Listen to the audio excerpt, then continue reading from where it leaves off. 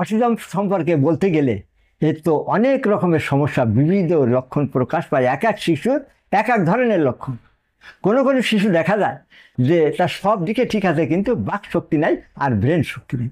Brain শক্তি না থাকলে সে তো কিছুই করতে পারবে না, বাক শক্তি না থাকলে সে কিছু বলতেও পারবে না। দেখুন কি সুন্দর বাচ্চা, পরীর মতো চেহারা, কি কষ্টদায়ক এই মায়ের, অথচ কিন্তু তার বাক শক্তি নেই।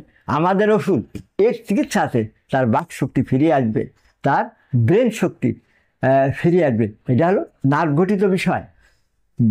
তো এই বিষয়ের উপরে আমাদের হোমিওপ্যাথি ওষুধ অত্যন্ত কার্যশীল।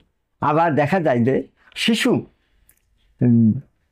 এরকমের হয়েছে যে তার সব দিতে ঠিক হয়েছে, কিন্তু সে কিন্তু খাবে না, আর ঘুমোবে না, আর কি করবে? আর ঘুম আর খাবার না থাকলে এই বাচ্চা কিন্তু অত্যন্ত হাইপার হয়ে যায়। আর সে কিন্তু কোনো তার সহপাঠীর সাথে মিশবে না, তার আত্মীয়র সাথে মিশবে না, তার বাড়ি কারোর সাথে আই কন্ট্যাক্ট করবে না।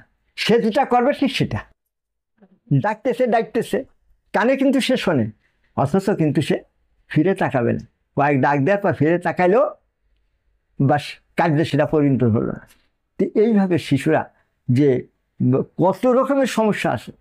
কিন্তু একটা রোগীর ঘটনা বলতেছি, বয়স তখন তার ছিল 7-8 বছরের মতো মনে হয়, বছর তিনেকের মতো আমার কাছে চিকিৎসা হয়েছিল। লজ্জা সে বুঝতো না, মানুষের সামনে কীভাবে কথা বলতে হয় এটাও সে বুঝতো না। সে ছিল বাক প্রতিবন্ধী, বুদ্ধি প্রতিবন্ধী। দেখতে কিন্তু সুন্দর, রাজপুত্রের মতো বলিষ্ঠ দেহ। ওষুধ খাওয়ার পরে, আমার চিকিৎসার পরে সে কিন্তু মানুষের সাথে কথাবার্তা বলছে, আর সেই লজ্জা পায়নি মানুষের সঙ্গে মিশতে, উঠতে, বসতে, সহপাঠীর সহ। আজ দেশ থেকে দেশান্তর হয়ে যায় অটিজমের চিকিৎসার জন্য। আর পরীক্ষা, যার কাছেই যান পরীক্ষা। আর এই যে যেখানে যাবেন লিঙ্গ সমস্যা, মস্তিষ্কের সমস্যা, মস্তিষ্কের নার্ভগুলো কি হয়েছে, শুকাই গেছে, ব্লাড সার্কুলেশন নাই। কিন্তু আমরা কিন্তু ওই ব্লাড সার্কুলেশন নাই, তার ব্লাড সার্কুলেশন যাতে হয় সেই চিকিৎসা, নার্ভগুলো শুকাই গেছে সেই চিকিৎসা, এই চিন্তা কিন্তু আমাদের নাই। এই দিকে কিন্তু আমরা ডিল করি না। নার্ভটা কেন শুকাই গেল, নার্ভটা কেন কাজ করতেছে না, নার্ভের ভিতর দিয়ে সে রক্ত সঞ্চালন ক্রিয়া কেন হচ্ছে না, কেন?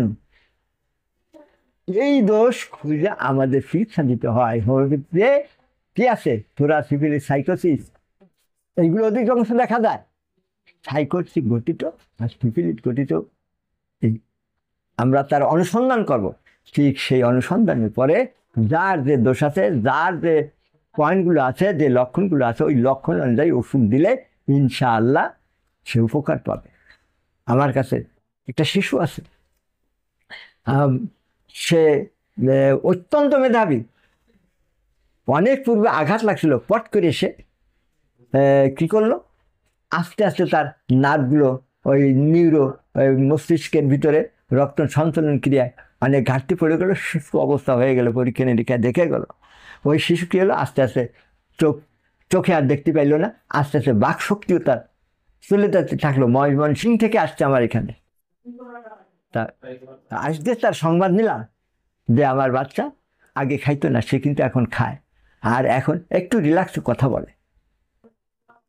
এই যে তার উপকারের দিকটা আগায় যাচ্ছে, এইটা ইনশাআল্লাহ তার নার্ভগুলো কিন্তু আস্তে আস্তে সুন্দর অবস্থান আছে, এই প্যারালাইজড অবস্থায় থাকবে না।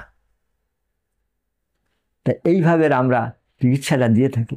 তা যাই হোক, আমি এতটুকু কথা বলতে চাই যে এই অটিজমের যে ধরনের লক্ষণই থাক না কেন, তাই বাচ্চার প্যারালাইজড অবস্থা বা তার ব্রেন ডেভেলপ হয় নাই, ব্রেন নিষ্ক্রিয় হয়ে রয়েছে, এ সক্রিয় করার ওষুধ ইনশাআল্লাহ হোমিওপ্যাথিতে আছে।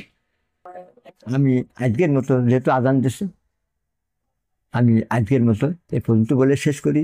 আপনারা বাচ্চা নিয়ে, সন্তান নিয়ে সুখে থাকেন, এটা আমার কাম্য।